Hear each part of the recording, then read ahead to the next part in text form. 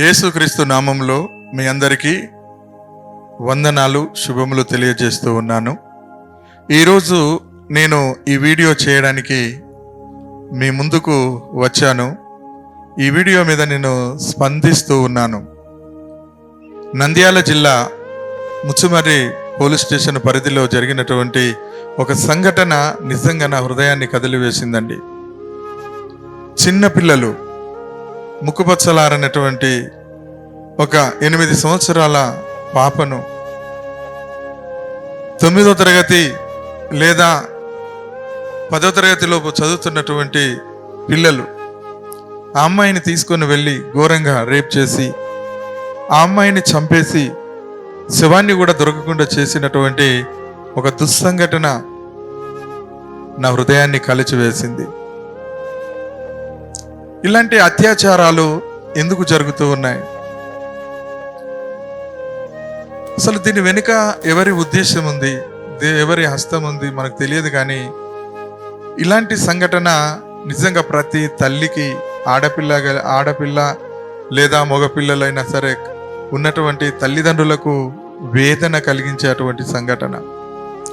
ఆడపిల్లలు కన్నా తల్లిదండ్రులైతే భయపడాల్సినటువంటి పరిస్థితి. ఏమండి, ఇంత చిన్న వయసులో ఆ పాప ఇంత ఘోరమైనటువంటి హత్యకు గురయ్యింది అంటే ఏ తల్లి ఏ తండ్రి తట్టుకుంటారో మీరే చెప్పండి. ఇలాంటి సంఘటనలు తరచూ జరుగుతున్నాయి, మనం చూస్తూ ఉన్నాం. పిల్లలు తప్పు చేయడానికి కారకులు ఎవరండి? ఎందుకు పిల్లలు తప్పులు చేస్తున్నారు? చిన్న వయసులోనే మర్డర్లు ఎందుకు చేస్తూ ఉన్నారు? చిన్నతనంలోనే దొంగతనాలు ఎందుకు చేస్తూ ఉన్నారు? చిన్నతనంలోనే సూసైడ్ చేసుకొని ఎందుకు చనిపోతూ ఉన్నారు? ఇలాంటి ఎన్నో విషయాలు మన కళ్ళ ముందు కనిపిస్తూ ఉన్నాయి. ఒకవేళ మనం చూస్తాము, పిల్లలు చెడిపోవడానికి కారణం ఎవరు అనేది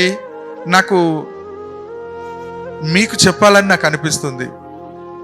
ఎవరండి పిల్లలు చెడిపోవడానికి కారణం? పక్కనున్న సమాజమా? నీ శత్రువా? లేకపోతే నువ్వు గిట్టని వాళ్ళ? ఎవరు నీ పిల్లలు చెడిపోవడానికి కారణం? ఎవరో తెలుసా? నీ పిల్లలు చెడిపోవడానికి కారణం తల్లిదండ్రులైన మీరే దీనికి బాధ్యులు అని నేను చెప్తూ ఉన్నాను. మీరేమైనానండి, దీని వెనుక ఉద్దేశం అయితే అది. తల్లిదండ్రులు పిల్లల పట్ల శ్రద్ధగా వహిస్తే, వాళ్ళ బ్రతుకును గురించి వీళ్ళ ఆలోచన చేస్తే తప్పకుండా పిల్లలకు ఒక మంచి మార్గాన్ని తల్లిదండ్రులు ఒక గురువులై, తల్లి తండ్రి కూడా గురువుతో సమానము కనుక వాళ్ళు కూడా ఒక మంచి ఆ ఆలోచన విధానంలో వాళ్ళ పిల్లలను పెంచగలిగితే ఇలాంటి ఒక పరిస్థితులలోకి నీ పిల్లలు రారు. ఇలాంటి చెడు కార్యాలు చేయడానికి రారు. ఇలాంటి హత్యలు, దొంగతనాలు, మానభంగాలు చేయడానికి వాళ్ళు ధైర్యం చేయరు, అలాంటి సాహసము కూడా చేయరు. ఈరోజు చూడండి, ఆ పిల్లలు చెడిపోవడానికి గల కారణం ఏంటి? నేను అనుకుంటున్నా, ఆ ఇంటర్నెట్ లోపల ఉన్నటువంటి ఆ నెట్ వర్క్ను చూసి, ఇంటర్నెట్లో అశ్లీలమైన చిత్రాలు చూసి, భూతు చిత్రాలు చూసి ఆ పిల్లలు ప్రేరేపితులైపోయి ఏదన్నా ఒకటి చెయ్యాలి, ఇలా మనం చేస్తే బాగుంటుంది అని చేసి ఒక పసిపాపను తీసుకొని వెళ్ళి వారు చంపేశారు, ఆమెను అత్యాచారం చేసి అనే అటువంటి సంఘటన నీకు ఎలా అనిపిస్తుందండి? నాకైతే చాలా బాధాకరంగా అనిపిస్తుంది. చూడండి, మీ పిల్లలు దాదాపు అదే వయసులో ఉండొచ్చు. 8వ తరగతి, 9వ తరగతి, 10వ తరగతిలో పిల్లలు అయి ఉండొచ్చు. నీ పిల్లల చేతిలో మొబైల్ను చూస్తున్నావా? నీ పిల్లలు ఏం చూస్తున్నారు మొబైల్లో చూస్తున్నావా? ఈరోజు సమాజం అలా మారిపోయింది. మొబైల్ లేకుండా క్షణం గడవనటువంటి పరిస్థితి వచ్చింది. అయినా సరే నీ పిల్లలు ఏం చేస్తున్నారో చూడాల్సినటువంటి బాధ్యత నీ మీద ఉంది. ఈరోజు వారిని కఠినంగా శిక్షించాలి, దారుణంగా శిక్షించాలి. ఇంకా మిగతా పిల్లలు భయపడి ఇలాంటి చర్యలు చేస్తే, ఇలాంటి పనులు చేస్తే ఇట్లాంటి చర్యలు మాకు తప్పవు అని వాళ్ళు భయపడేటట్టుగా శిక్ష వెయ్యాలి అని అనాలనిపిస్తుంది నాకు. ఆలోచించండి తల్లిదండ్రులారా, ఒకవేళ మన పిల్లల పరిస్థితి ఏంటి? మన పిల్లలు ఏమైపోతూ ఉన్నారు? దేవుని పిల్లలు ఏమైపోతూ ఉన్నారు? వాళ్ళు ఏం చేస్తూ ఉన్నారు? నీ పిల్లలు సిగరెట్ తాగుతున్నారా? నీ పిల్లలు మద్యం సేవిస్తూ ఉన్నారా? నీ పిల్లలు చెడు సాహసం చేస్తూ ఉన్నారా? నీ పిల్లలు చెడ్డవారితో తిరుగుతూ ఉన్నారా? దుస్సాహసము మంచి నడవడిని చెరుపుతుంది. ప్రియమైన తల్లిదండ్రులారా, ఇంత ఘోరమైనటువంటి హృదయాన్ని కలిచివేసే అటువంటి ఈ సంఘటనను చూసినప్పుడు నాకు చాలా ఇబ్బందికరంగా అనిపించింది. ఏమైపోతుంది ఈ సమాజం అని. దయచేసి మీ పిల్లలను భద్రపరచండి, మీ పిల్లలను జాగ్రత్త చేయండి. మీ పిల్లల చేతిలో నుండి మొబైల్ ఫోన్స్ తీసేయండి. ఒక మంచి స్కూళ్ళలో వాళ్ళని జాయిన్ చేయండి. మంచి జ్ఞానము, విద్య వాళ్ళకు బోధించేటువంటి స్కూళ్ళలో వాళ్ళని వేయండి. ఏమైనా డబ్బు డబ్బు ఉద్యోగము సంపాదన, దీని మీదనే నీ బ్రతుకు తెల్లారిపోతుంది. రేపు నువ్వు చచ్చిపోతే నీ పిల్లల పరిస్థితి ఏంటి ఆలోచిస్తున్నావా? నీ పిల్లలు కూడా రేపు ఇదే పరిస్థితిలోకి వస్తారేమో. నీ పిల్లలు ఇలాంటి క్రియలు చేసి నీ కళ్ళ ముందే వాళ్ళు చనిపోతే, నీ కళ్ళ ముందే నీ పిల్లలను చంపేస్తే, నీ కళ్ళ ముందే నీ పిల్లలు చెరసాలకు వెళ్ళిపోతే ఏమనిపిస్తుంది నీకు? తల్లిదండ్రులైన మీరు ఏం చేస్తున్నారంటే పిల్లలు చేసిన తప్పులను కప్పిపెడుతున్నారు. వాని మీద, చెడల మీద, చెంప మీద ఒక దెబ్బ కొట్టి, చెల్లుమని ఒక చెంప దెబ్బ కొట్టి నువ్వు చేసింది తప్పురా అంటే వాడు ఇంకొకసారి ఇలాంటి తప్పు చేయకపోవు కదా. ఎన్నో ఉదాహరణలు ఉన్నాయి, మీకు చెప్పాలని అనిపిస్తుంది. ఒకసారి చిన్న పొరపాటు చేసినప్పుడు నువ్వు గద్దించకపోతే అదే రైట్ అనుకుంటాడు వాడు. ఏదైనా దొంగతనం చేసి ఏదైనా వస్తువు ఇంట్లోకి తెచ్చినప్పుడు వాడిని గద్దించకపోతే నేను చేసేదే రైట్ అనుకుంటాడు వాడు. ఒకవేళ స్కూలుకు వెళ్ళకపోతే, స్కూలుకు వెళ్ళిన తర్వాత మా అమ్మ చచ్చిపోయిందో మా నాన్న చచ్చిపోయిందో అని అబద్ధం ఆడొస్తూ ఉంటే ఇది తప్పురా అని నువ్వు గద్దించకపోతే వానికి అందులో ఉన్నటువంటి విషయం తెలిసేది కాదు. అంటే నేనేమంటున్నానంటే మన తల్లిదండ్రులుగా మనం ఫెయిల్యూర్ అవుతున్నాం. మన పిల్లలు చెడిపోవడానికి కారణం మనమే. తల్లిదండ్రులుగా మనం ఫెయిల్ అయిపోతున్నాం. దైనందిన జీవితంలో, ఈ జీవన వ్యాపారంలో చిక్కుకొని డబ్బు సంపాదనలో వ్యామోహంలో పడి భూములని, జాగలని, ఇండ్లని, మేడలని, మిద్దెలని, ఏవేవో గొంతమ్మ కోరికలతో డబ్బు సంపాదించాలని ఈరోజు ఆకాశమునంటే అంతగా ఎదగాలన్న నీ తపన ఈరోజు నీ పిల్లల బ్రతుకులను నాశనం చేస్తుంది. ఇక్కడ నీ కుటుంబాన్ని విడిచిపెట్టి ఎక్కడికో దూర దేశాలు బ్రతకడానికి వెళ్ళావు. నీ భార్య పిల్లలను విడిచిపెట్టి ఎక్కడో గల్ఫ్ దేశాలకు వెళ్ళావు. మరి అక్కడ ఉన్న నీవైతే డబ్బు సంపాదిస్తున్నావు, కానీ ఇక్కడున్న నీ భార్య ఏమవుతుంది? ఇక్కడ ఉన్న నీ పిల్లలు ఏమవుతున్నారు? వాళ్ళు ఎలాంటి సాహసం చేస్తున్నారు? ఎలాంటి వారితో స్నేహం చేస్తున్నారు? ఎలాగో విచ్చలవిడి ఆ జీవితానికి ఎగబడుతున్నారు? నువ్వు చూడొస్తున్నావా? ఎందుకు నీ సంపాదన? ఇప్పటికైనా మించిపోయింది లేదు. ప్రియమైన తల్లిదండ్రులారా, మనము మన పిల్లలను దేవునికి ఇష్టకరంగా పెంచాలని నేను కోరుకుంటున్నాను.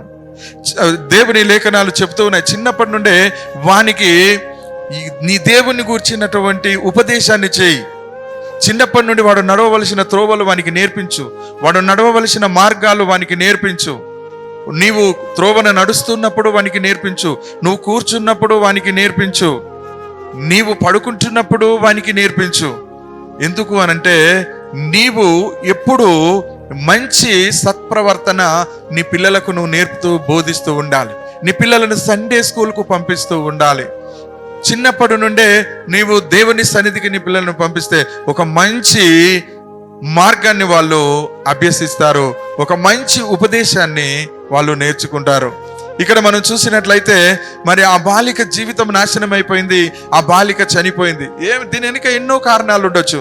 ఇప్పుడు తల్లిదండ్రులుగా వాళ్ళు ఏం చేస్తారు? వాళ్ళ కొడుకులను తప్పించమని ఏ రాజకీయ నాయకుని కాల్లో పట్టుకుంటారు, ఏ లాయర్లను కొనుక్కుంటారు, లేకపోతే అంత దమ్ముదు లేనోడు వాళ్ళ పిల్లలు నాశనం అయిపోతుంటే నిష్కారణంగా చూస్తూ ఊరుకుంటారు. ఏమైపోయింది?